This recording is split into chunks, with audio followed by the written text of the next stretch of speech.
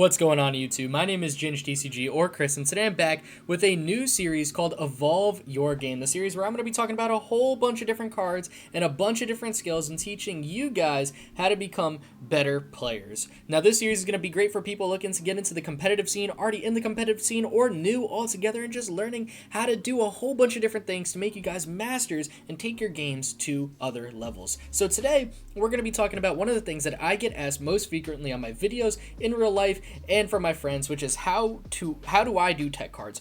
What do I put in my deck? What am I supposed to do? How do I do it? How do I make sure it works? And today I'm going to try to bring you guys some of those answers. And although we have an insane amount of tech cards in the format right now, and these honestly probably don't even get to cover half of them. These are just like the main ones I usually think of, look at, stuff like that. I'm going to bring a whole bunch of knowledge and try to break down this as best as I can by using some specific examples, as well as bringing out my own current 60 that I bring to tournaments right now and what tech cards I have in that deck and my thought behind them. And my goal is throughout the course of this video, you guys can learn how to use a whole bunch of different tech cards, and you guys can take the knowledge learned here and apply it to your deck no matter what tech you're looking for or what format you're in. One of the first things I want to talk about in this video is what is a tech card. A tech card is what I define as 1 to maybe like 3, maybe 4 cards in a deck that are not a part of your core functioning. They're cards that you allocate space for. Sorry for hitting the camera every now and then. I'm still getting used to this. Anyways, they're cards you allocate space for to deal with whether it's some of the top decks in the format or help you get around some of the most annoying things to do. And the way I break those down in my head are defensive tech cards and offensive tech cards. So I've got a couple of examples of each that I can use to explain on what situations you think about using offensive tech cards or what situations you think about using defensive tech cards. To start, I'm going to go into the defensive tech cards, and again, these are just a couple examples. There are a ton of defensive tech cards in the format, and there's a ton of offensive tech cards in the format. I am not going to explain every single one. I'm just going to explain, 4 different, a stadium, a Pokemon, a supporter, and an energy. That way you guys can get a grasp on how you guys can include these. The first one is Mist Energy. When we look at Mist Energy, we prevent all effects of attacks done to our Pokemon from your opponent's Pokemon's attack. So when we're thinking of a Mist Energy, we're trying to get this on a card like Noivern EX if you're playing a wall deck, or Ogerpon, something where we can kind of stop an annoying effect that our opponent can use to attack a Pokemon we have set up. A lot of control decks will play Mist Energy because oftentimes the way to deal with wall type decks is to, swing with some sort of status condition, like Monkey Dory, going for that confusion. So if you have Mist Energy, you shut down all damage counters. So if you're worried about Dragapult EX, you could shut down the damage counters on the bench. You shut down Monkey Dory's confusion. Things like that is a situation where you consider maybe a 1 or 2 of energy. Another defensive tech card is Professor Turo's Scenario, where you put 1 Pokemon in play into your hand. So a defensive tech card like this, we're looking at longevity, whereas this one, we're looking at protection on 1 Pokemon from a specific deck or decks in the format. This one, we're worried about resetting ourselves and telling our opponent, hey, that was an awesome attack. Do it one more time for me. And I'm so sorry. I keep hitting the camera here.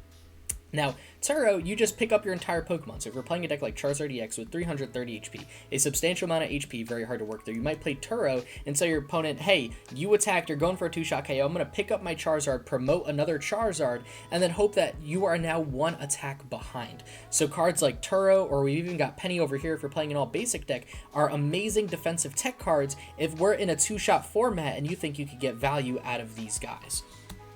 Another, and probably the most famous one right now, is Budew. If you're playing a deck like Dragapult, like Gardevoir, where you kind of want a slower start to get yourself set up, to get yourself evolved, you're going to look at Itchy Pollen, where during your opponent's next turn, they can't play any item cards from their hand. And coming off of a format where probably 50% of decks used to be just in items, or 50% of the cards in a deck were items, Budew really changed the entire format and made decks think, hey, we got to work around this item lock because this is a prevalent thing that many of the top decks are doing. And in fact, there's many top decks that use Budew, there's many rogue decks that use Budew. I think right now every deck has to be prepared to function in the early game without items. So this is a great defensive tech card if you're looking to buy yourself time. The final defensive tech card we'll talk about is a Stadium. Another unique way to worry about defense is to make your opponent work harder to get stuff out. So we talked about preventing effects, we talked about, healing in a weird way, where we can reset and put our opponent attack behind, as well as slowing down the start of the game. This is a great late game, mid game, or early game tech card where you can use to make any basic Pokemon in play, ideally your opponents, because you're playing an evolution deck, need one more energy to attack. So this card right here functions differently from the others in the sense that we are making our opponent do more work to hurt us. All of these, I think, have a much more defensive function than many of our offensive tech cards. To jump off the stadiums that we were just talking about, we got Gravity Mountain, where each Stage 2 Pokemon in play gets 30 less HP. So whereas a deck like this might be a Stage 2 deck, a basic deck might play this to knock down the HP maximum of those Stage 2 decks and make it easier for them to KO. I'm thinking specifically about Joltik Box, a new deck that uses Pikachu EX to swing for 300 damage against things like Dragapult and Charizard and Gardevoir. You might need one of these to help lower their HP down to 300 and take those easy one-hit KOs. Kieran is another card where we're going to look as an offensive switch and damage acceleration, or I guess damage addition, damage modifier, if you will. Kieran, we can do 30 damage to our opponent's active EX Pokemon, since Vs have rotated in the format we're currently in, or we can use it as a switch. So if we're playing a turbo deck and 30 damage fixes the math very, very nicely, we might want to look at Kieran. Maybe we want that extra 10 and we look into a different tech card called Black Belt's Training, which does 40 extra damage on our opponent's active EX. Kieran and Black Belt's Training, as well as Defiance Band, cards like that are amazing if you got ways to get them out in time, and the damage addition isn't just adding damage for no reason. If you're playing a card like Kieran or even Gravity Mountain, you want to make sure that these cards lower HP or let you do more damage in scenarios where that is super relevant, and that 30 extra damage is going to play a large role in you taking extra prize cards against very specific matchups. You don't just want to play this if it's like, oh, we're doing 30 more damage, that's awesome. Why? Where is that 30 damage relevant? If you could tell me where it's relevant, this or Gravity Mountain is a great tech card for you. Now, Ditto is what I consider a very different offensive tech cards from the previous two, which are different damage modifiers.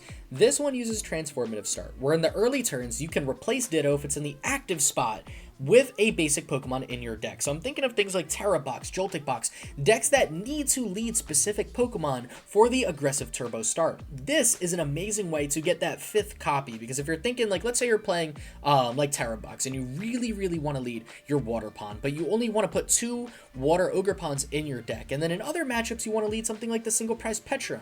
I don't know what Terra Box is playing both of those, but you guys get the point. If you're playing Ditto, and you don't lead, you're like, oh, I want to lead this Pokemon in this matchup or this Pokemon in this matchup, Ditto can function as either in your first turn. So if you're very comfortable getting a Ditto in the active spot because you're playing a lot of Jet, a Latias, different things to help you with that pivot, Ditto's going to be an amazing tech card for those decks that want an aggressive start. Hand Trimmer is one of the most unique aggressive techs, in my opinion, that I don't think many decks utilize at all, where each player discards cards from their hand until they have 5 left. So now we're trying to tell our opponent, hey, I am limiting your hand size and making you, I guess this could be a bit defensive, but the way I was thinking, and I'll get into it with my 60, is an offensive tech. I'm playing a single prize Roaring Moon box. Hand Trimmer not only limits my opponent's deck, but what it does for me and Roaring Moon, and this is why I wanted to bring this one up, is you have to think outside the box. Hand Trimmer makes me discard cards as well until I have 5 remaining. So if you look at Roaring Moon, you do 70 damage plus 10 more damage for each ancient card in your discard pile. So if we're pairing Hand Trimmer, this is actually a damage modifier. So this is a way we're using a different item to help us swing harder with Vengeance Fletching and do more damage if we have a lot of ancient cards. Now, it's not one I'm currently playing in the list, but it has one I have played in the past and have found huge success with because it functions both defensively and offensively. Now, for this segment, I think that pretty much wraps up our defensive type and offensive type tech cards, and I'd like to jump into some specific examples. Now, one of the situations that I think every player finds themselves in the current format is dealing with Badoo's Itchy Pond. There are many meta decks and rogue decks alike that both play Badoo and force you to work around it. Badoo is going to make you limit the amount of item cards you can play and definitely slow down the start of your game. So one of the examples I'm going to use to teach people how to tech around cards like Badoo and cards that every deck can play, and I'm going to walk through like some examples of different mindsets we can adopt to work around, like universal tech cards that many decks are running. The first I'm going to talk about is another baby Pokemon with a for your treat, which is the 30 HP Cleffa. If we're thinking about Badoo, right, we're thinking, okay, we can't use item cards, so our hand is probably going to be limited going on our second turn, assuming that they went second and use Badoo, put us under item lock. So Cleffa is an amazing tech card, because now you can work around the item lock and draw into a much bigger hand. So, if you can't use, if you only have supporters that you have to dedicate towards other things, like your Arvens are kind of limited, maybe you play Artisan to get Cleffa out. You try to look at other ways to play this other baby Pokemon to draw cards and give you a better turn once you're out of the itchy pond. Because if you can't use items to dig and filter through your deck, you need to naturally draw into them. So you could combo a draw supporter with Cleffa to allow you to get the maximum amount of cards for your following turn out of Badoo. Now, I don't see many decks utilizing Cleffa because it is kind of tricky to pull off. One of the things I see decks utilizing more is Brock Scouting or Jacques. If we look at Brock Scouting, it is a new card from Journey Together where you search your deck for up to 2 basic Pokemon or 1 evolution Pokemon. This is a great 1 or 2, or maybe even more if you're playing something like Dragapult, copy in your deck to work around Badoo, because if it's the early game, you could take 2 basic Pokemon instead of Buddy Buddy Poffin to get onto your bench, or you could get even bigger Pokemon because it doesn't specify an HP limit, a rule box limit, just 2 basic Pokemon, or if it's in the mid or late game, it has phenomenal potential because it can get you out in evolution Pokemon. So I'm thinking if you're playing something like Charizard EX, you're past the early game, you don't need Brock Scouting to get you any basic Pokemon, you have your board established, but you're finally out of item lock and you draw into Brock Scouting as your only supporter. Is this now a dead card? No, because you could take a Charizard EX or a Pidgeot EX, for example, and now you have more cards that can help you search out energy, search out a random card from your deck, whatever you need. So I really like Brock Scouting because it kind of helps you in this situation, assuming you're under item lock and you can't play your Nest Balls, Ultra Balls, or Buddy Buddy Poffins. Now, the other card that I see a lot of people debating on which to use is Jacques, where you search your deck for 2 evolution Pokemon, since we're assuming they used Badoo going second on their first turn. And we had a first turn to get all of our... Oops, sorry. I'm so sorry for hitting the camera. We used our first turn to get all of our basic Pokemon down. Do we go Jacques and just search for 2 evolution Pokemon? And I don't think there's necessarily a correct answer that works 100% of the time. I think whether you're playing Jacques or Brock Scouting, you need to think, does my deck have an insane amount of evolution Pokemon that can help me draw or search things out? I'm thinking specifically about Dragapult, Dusknoir. In that deck, there are Dusclops, there are Dracloaks, which function as a draw engine, but also an attacker that can take out Badoo with Dusclops, or help you set up for Dusknoir to get you a one-shot KO with Dragapult EX. In that situation, Jacques might be a little bit better because we have more evolution support. Whereas if you're playing something like Gardevoir, you might want to look into something like Brock Scouting, because Brock Scouting will allow you to set up your bench under that item lock. Now, these cards can work also in any deck as long as you have basic or evolving Pokemon. I think if you're playing a Dunsparce engine, the Brock Scouting might be the way to go, because you could get your Dunsparce down, but also search out Dunsparce at any point in the game, which is a massive draw 3 supporter card. So even after Brock Scouting has been used to get out of Badoo, you could still get a big draw bonus with that. Or even Jacques in that scenario, assuming you get your Dunsparces down, now Jacques functions as a draw 6. So are you worried about the early game, or do you have confidence that you can establish your board? We'll tell you that you need Jacques or Brock Scouting to get around Badoo.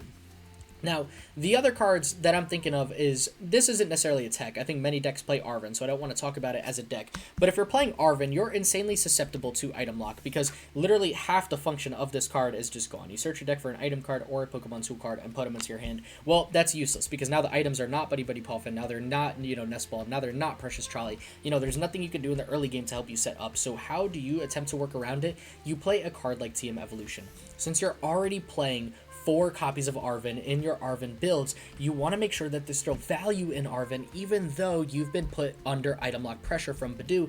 That's where TM Evo comes in, because now you can evolve 2 of your benched Pokemon in between your turn without need for those Ultra Balls, without need for those Great Balls, or any other way to search out with items the evolution Pokemon with Arven. As long as you have that energy for just a 1 energy cost evolution, you're good to go to establish your board. So these are different ways that decks can work around universal techs such as Badoo. We're expecting many decks to play 1 or 2 copies of Badoo. So if you're thinking of tech cards and you've got 2 spaces, maybe those 2 spaces go to something like Brock Scouting, which can help you in the early game against many of your matchups, since you might expect to go against Badoo. Or since you're playing a whole bunch of Arvens, maybe you take out an extra Vengeful Punch if that's in your deck and you go on TM Evolution.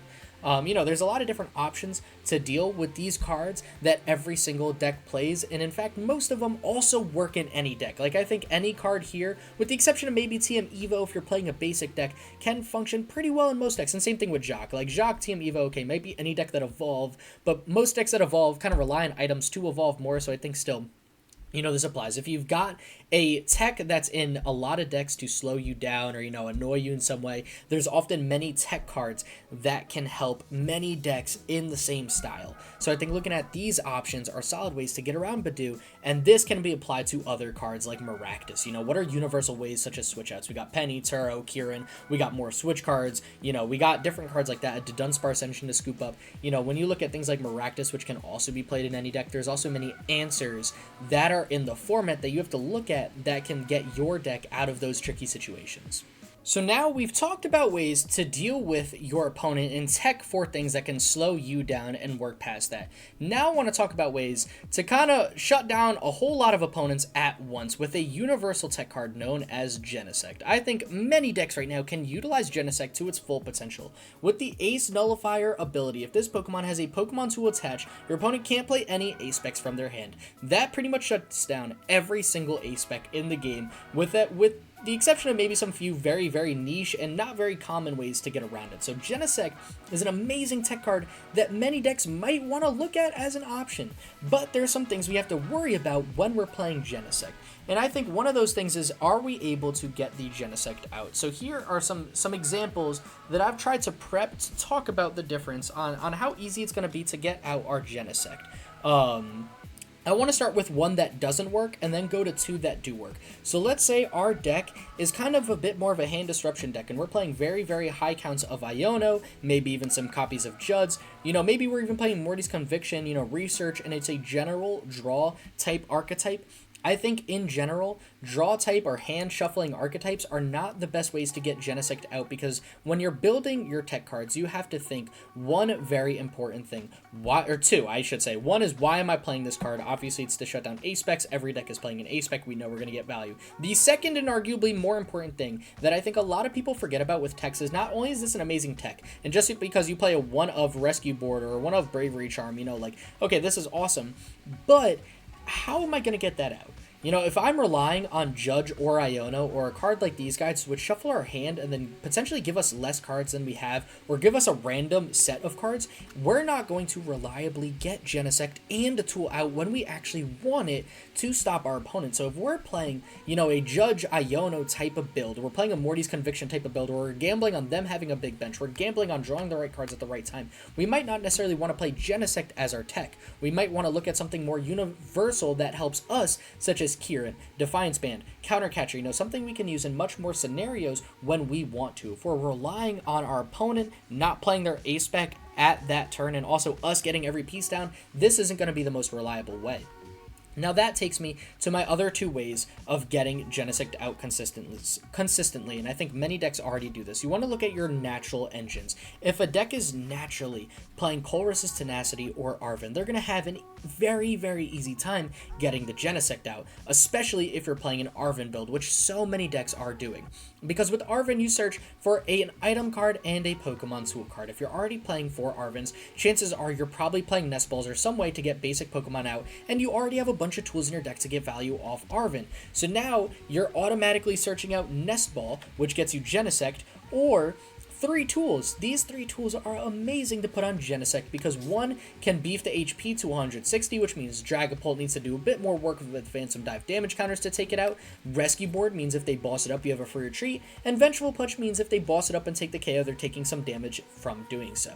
So if we're playing Arven, these are 3 great tools to play that you can easily fit in your deck to ensure that you're getting Genesect out very early, very consistently, and very efficiently. Now, the other underrated way to get Genesect in play is with Colress's Tenacity, where you can search for a Stadium card and an Energy card. And you might be thinking initially, like, why would I play, if I'm playing Colress's Tenacity, how does that work perfectly? Well, chances are you have an insanely good time drawing into or pulling out the Pokemon because you have high counts of Nest Ball, Ultra Balls, maybe, and or Buddy Puffins in your deck. But with the Stadium, you can play Town Store. Since you're already searching for a stadium, Town Store can guarantee you the tool needed to attach to Genesect and shut down Apex. So I think when you're looking at playing a card like Genesect to shut down many cards in the format, you need to think to yourself, okay, if I'm playing Judge Iono, there's no guarantee that I'm going to get this guy out when I need to. So why would I play that as my tech card when it's just going to sit there and be a dead card in the deck? I want to already naturally have my deck rely on Arven. I don't want to just have one or two Arvens. I don't want to just have one or two Chorus's Tenacity. I want to have a bunch of these types of cards because these cards guarantee that I can efficiently set up Genesect every chance I need to. And when you're already playing Arven or Chorus's Tenacity, you can work around having high tool counts, so you don't have to worry about that one of rescue board being prized, and you also want to make sure that if your one of Genesect is prized, you're already playing an Arven build, you're already playing something like Town Store, you have tools in your deck that can help your Pokemon anyways, and Vengeful Punch is one of those amazing tools where you can attach it to your active, and if you're up against something like Gardevoir EX, which is one of the best decks to play right now, KOing your active will mean that since it's KO'd from damage from an attack, that your opponent's Pokemon takes 4 damage counters. So now that Drifloon, that Screamtails that they set up might get KO'd on the reverse, which allows you to take an extra prize card. So this Vengeful Punch isn't just useless on Genesect. This rescue board isn't just useful on Genesect. These cards can have value, in something like Gardevoir to output damage onto them, or something like on your Pheasantipity that's on your bench and give that Pokemon a free retreat.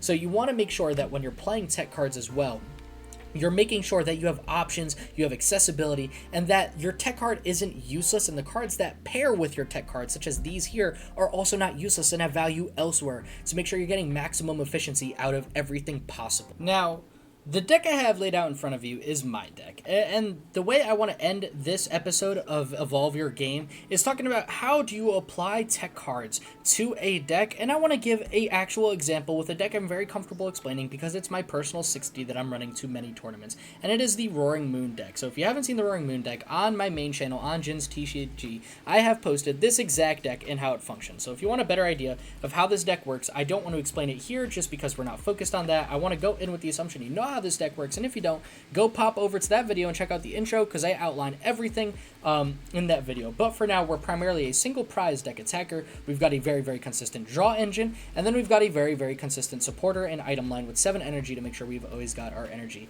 So now, where are the tech cards in this deck, and what are the other options that I can float to depending on how the format evolves? For now, I'm going to talk about the other options I can do just because they're a bit more explanatory. I can focus on these individually and then talk about how my tech cards are insanely relevant and how I use them in my matches to give some idea on why certain ones are played. The first one is Hand Tremor, which I did evolve in the beginning of the video, as well as Gravity Mountain. When you're playing a basic deck that's relying on two-shotting or one-shotting a Pokemon in the late game, knocking down their HP 30 could be very relevant if that fixes the math, just like the Hand Tremor is to give me more cards. Now, this isn't the heavy ancient Pokemon deck list, so I have opted out of the Hand Trimmer, and I found that Gravity Mountain does not fix my math in any one way or another perfectly, since it's not a guarantee that I need just 30 HP to take out Stage 2 Pokemon, and that might not help me since I'm two-shotting them regardless of their 30 HP taken off, so I'm not playing Gravity Mountain or Hand Trimmer in my current build. Now, the other tech card that we could look at in a deck like this is Penny, where you put a basic Pokemon and all cards attached into your hand. While this is an amazing card that has value in many basic, bulky decks, that is not this. We're playing a 140 HP, maybe 200 with our Ancient Booster Energy Capsule attached card, so, it's not hard for opponents to one-shot those. So Penny, although it's an amazing tech, we're not in a two-shot type of format, and there's no Pokemon that I'm worried about getting locked in the active since we could get Dunsparce out of play with its ability. We've got amazing retreat potential because of Sada to recycle energy, and the rest of our Pokemon like Fan Rotom or Dunsparce are just a one retreat, attach, and then get out of the active retreat card, so Penny is not a necessity. Now, these two are two I often put in this deck because I think they're amazing. Since we're playing 4 Ancient Booster Energy Capsules for our Ancient Pokemon to 1, get more damage on Roaring Moons, but 2, boost their HP, Genesect is a natural thought. We have no problem drawing into these Ancient Booster Energy Capsules between the heavy draw of Sada and to Dunsparce, and although I said don't play it if it's not guaranteed, this could be a situation where we look at, hey, maybe it is worth it because our draw is so amazing. Now I'm opting not to play it, like I said, because it's not guaranteed, but this could be a deck where maybe you take out like one Roaring Moon EX and you put in a Genesect or an Iron Bundle, where you can use it as a pseudo Gust card, or once during your turn, if this Pokemon is on the bench, you can discard it and then when that happens, your opponent puts their active Pokemon on the bench and has to promote something else. So both Genesect and Iron Bundle are very great Pokemon to draw into since we have heavy Pokemon search, but also set up since we have 4 tools that we're very confident in drawing out. Now, like I said, the tools aren't guaranteed, so Genesect is much more of a gamble, but Iron Bundle is a tech card that I oftentimes do switch out for Roaring Moon EX just because having another Gust type card in a format without Escape Rope is always very, very nice. Now, to break it down this list, and where are our techs when we're looking at this 60? One of our techs is actually our A-Spec, Neutralization Zone, where we prevent all damage done to Pokemon that don't have a rule box by attacks from your opponent's Pokemon EX and V, but there's no V Pokemon in play, so really just the EX. Now, since we're using 5 single prize, I'd say 5.5 because of this Fan Rotom, 5.5 single prize attackers. We really don't use Fan Rotom, but it is a good attacker in the clutch. We do oftentimes put our opponent down to an odd 1 prize board state left. Putting this in play after they've gone through many cards in their deck might mean they have no stadium outs and they can't get rid of this card. When that happens, as long as we don't have a Roaring Moon EX in play, and as long as they only have EX attackers, which many decks do in the current format, we can pretty much guarantee the invincibility of our single prize attackers. So even though this is my A-Spec, this is actually one of the tech cards I've played. Now, if I didn't want to use this under my tech card slot, which is what I kind of like mentally think about in my mind, I would probably play Secret Box, because Secret Box just kind of guarantees a perfect hand and helps greatly with consistency.